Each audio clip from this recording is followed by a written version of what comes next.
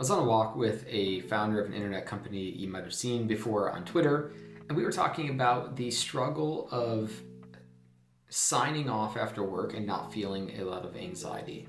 Now, this is a very common issue that founders tend to face, and I've talked with plenty of different entrepreneurs who have successful businesses, and yet at the end of the day, they really struggle to turn off, to unplug. This can lead to sleeping issues. It can lead to problems where you go on vacation and you can't actually relax because you're so worried about something going wrong in the business. And in this discussion, we were talking about, well, how do you manage that? How do you turn off at the end of the day and not have these anxious thoughts? And I think this is something that a lot of people who are working hard at a day job or owning a business can run into. So I wanted to share a few layers of suggestions that I offered to him and I want to offer to you. When you're having a lot of difficulty turning off at the end of the day, the first thing that I want to discuss and help you see is that a lot of the tools and frameworks that are often offered to people ramp up your energy. So caffeine ramps up your energy and your anxiety. Cold plunging, that ramps up your adrenaline and can also lead to a ramping up of the energy and anxiety. Breath work also can be something that ramps up your energy and therefore your anxiety. And so if you think of this stress as a type of cyclone, it's building during the day, it's growing. You're getting more and more sort of speed as you engage deeply in focused work. Now that's okay, except for the minute you stop working, and maybe it's 5 p.m. or 8 p.m., you're still at that heightened level of energy. And when you don't have something to focus on, and there's suddenly this huge amount of space available to you at the end of the day, this mismatch and this lack of decompression and this lack of grounding can be the moment in time where people can feel the most stress and anxiety because their mind is still going and still running from the day's events, from the day's stresses.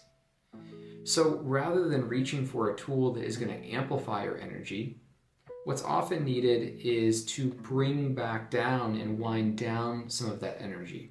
And at first you can work on that just being focused during the workday and then decompressing at the end of the day. That's sort of layer one.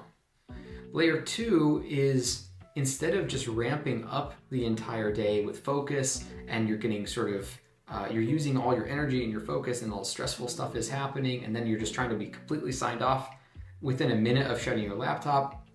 That transition is the first transition you're going to work on, but the second layer here is to start to modulate between being focused, being ramped up, and then being relaxed.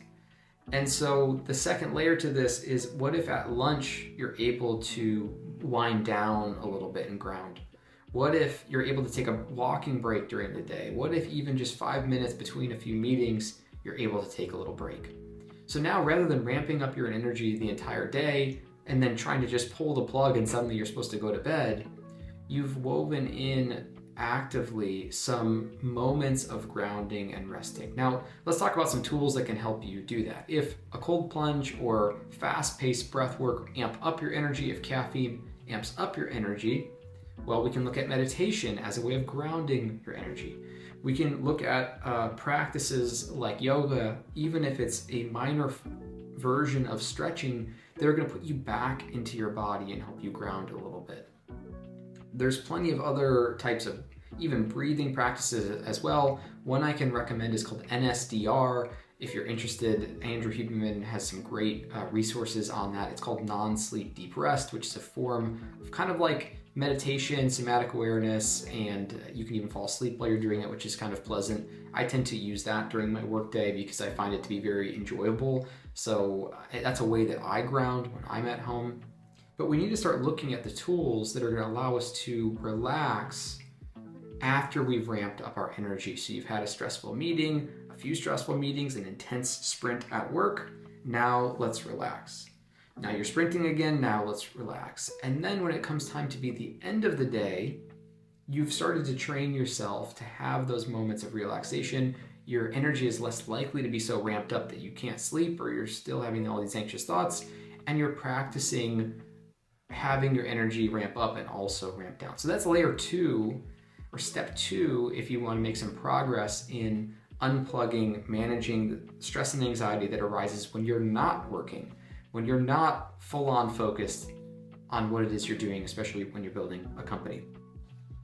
I want to talk now about level 3, which I believe deserves a different discussion, but I still think it's worth mentioning, and it's something that I mentioned to this friend that I was on a walk with, which is your subconscious oftentimes is holding on to stuck energy and patterns that have been wired in oftentimes from a young age. So while it's good to gain more awareness personally of when your energy is growing and how to bring it back down and relax, oftentimes there's more of a subconscious script running in the background that needs some attention. Now, this is where more somatic type therapies can come into place, where body work can come into place, where a deeper exploration is needed to understand why are there some open loops in the back of my mind that won't shut off.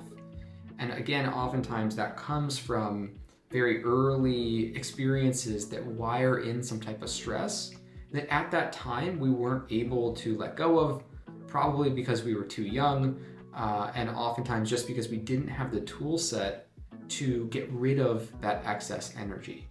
And so going back and clearing some of that historical stress, some of that historical static is going to be ultimately a great way to also feel more freedom, less anxiety, and just better in general at the end of the day because you don't have those background scripts going on.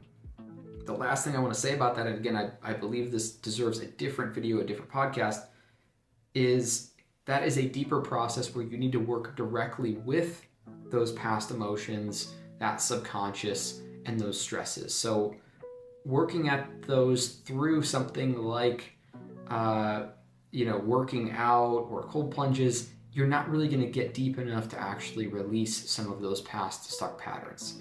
So that is level 3 to me. If you really want to release things for good, you want to go much deeper in an emotional aware process.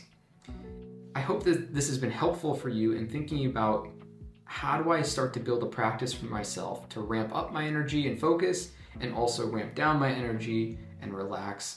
I hope it's helped you distinguish between tools and practices that are actually amplifying energy and tools and practices that are going to help you ground. And if you have any comments or questions, I would love to chat with you more about this. Every week, every day, I am talking with different business owners and founders about their personal and professional growth, obstacles, experiences, and I'm always happy to chat more with you in the comments. I'll be back again very soon.